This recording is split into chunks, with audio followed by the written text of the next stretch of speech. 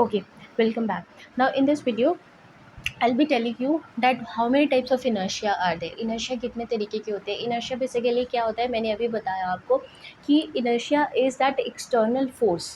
क्योंकि हर body change resist करती है, तो इनर्शिया क्या है, वो एक्सटर्नल फोर्स है जो किसी भी बॉडी की स्टेट चेंज करेगा.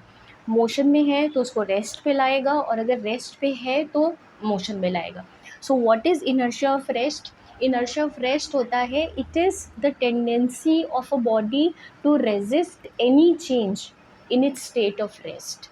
मतलब हर अभी मैंने क्या बताया कि कोई बॉडी अगर रेस्ट पे है तो वो रेस्ट पे ही रहेगी जब तक उस पर एक्सटर्नल फोर्स नहीं अप्लाई किया जाएगा. तो जो एक्सटर्नल फोर्स आप अप्लाई करेंगे किसी रेस्ट, जो बॉडी रेस्ट पे है, उसको मोशन में लाने के लिए, why are you applying it? So that you can bring a body which is at rest into motion. ठीक है, तो कोई भी बॉडी जो रेजिस्ट कर रही है चेंज, कौन सा change? In its state of rest, उस पर जब आप एक्सटर्नल फोर्स अप्लाई करेंगे ताकि उसकी स्टेट ऑफ रेस्ट मोशन में चेंज हो जाए, तो उस इनर्शिया को बोला जाता है इनर्शिया ऑफ रेस्ट.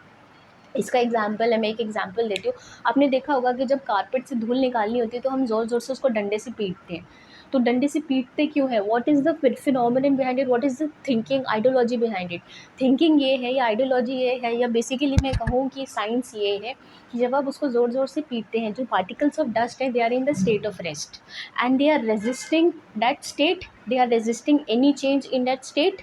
मतलब जो पार्टिकल्स हैं डस्ट के, वो रेस्ट की स्टेट पे हैं and they have a natural tendency to resist any change in their state of rest.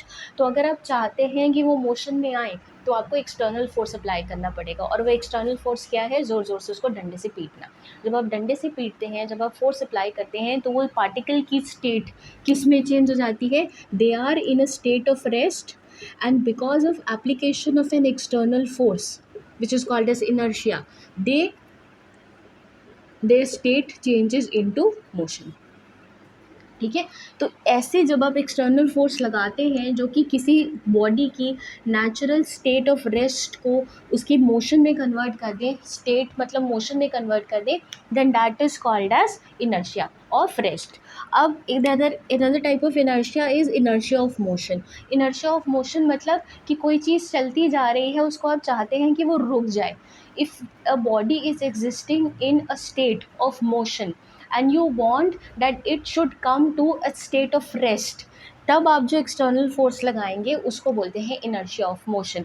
इसका एग्जाम्पल है, आपने देखा होगा कि कई बार लोग चलती बस से या चलती ट्रेन से जब उतरते हैं बिना रुके एकदम से, मतलब कहने का मतलब कि बस और ट्रेन चल रही है और आप उसमें से जंप कर जाएं और एकदम से रुक जाएं, तो आप गिर जाते हैं, you fall down. It is because आपकी बॉडी अभी भी मोशन में है और आपने उसको एकदम से रोक दिया. You have applied N external force, you have stopped it suddenly, तो क्या होगा कि आप गिर जाएंगे. इसीलिए सजेस्ट किया जाता है कि जब आप चलती हुई बस से या ट्रेन से उतर रहे हैं तो थोड़ी देर तक भागते रहिए. उससे क्या होगा कि आपकी बॉडी जो है वो रेस्ट की, मोशन की स्टेट से धीरे धीरे धीरे धीरे रेस्ट की स्टेट में आ जाएगी. थोड़ी देर तक बॉडी मोशन में रहेगी, फिर आप अपनी स्पीड धीमे धीमे धीमे धीमे करिए और फिर एकदम से रुकिए. मतलब suddenly do not stop your self, otherwise you will fall down. क्योंकि आपने क्या किया, एक्सटर्नल फोर्स अप्लाई किया और अपनी बॉडी को मोशन से तुरंत रेस्ट में चेंज कर दिया, तो बॉडी अडाप्ट नहीं कर पाएगी उस एक्सटर्नल फोर्स को, तो आप गिर जाएंगे. तो इसीलिए धीरे धीरे अपना मोशन धीमा करना चाहिए और फिर रुकना चाहिए. सो ऐसे एक्सटर्नल फोर्स जो अप्लाई किए जाते हैं ताकि आप स्टेट ऑफ मोशन को स्टेट ऑफ रेस्ट में चेंज कर सकें, तो ऐसे जो एक्सटर्नल फोर्स है उनको क्या बोलते हैं? They are called as inertia of motion. Fine, I hope कि ये इनर्शिया जो है समझ में आ गया होगा, एंड इनर्शिया ऑफ मोशन और रेस्ट क्या होते हैं. I hope with examples it is clear to you. Thank you.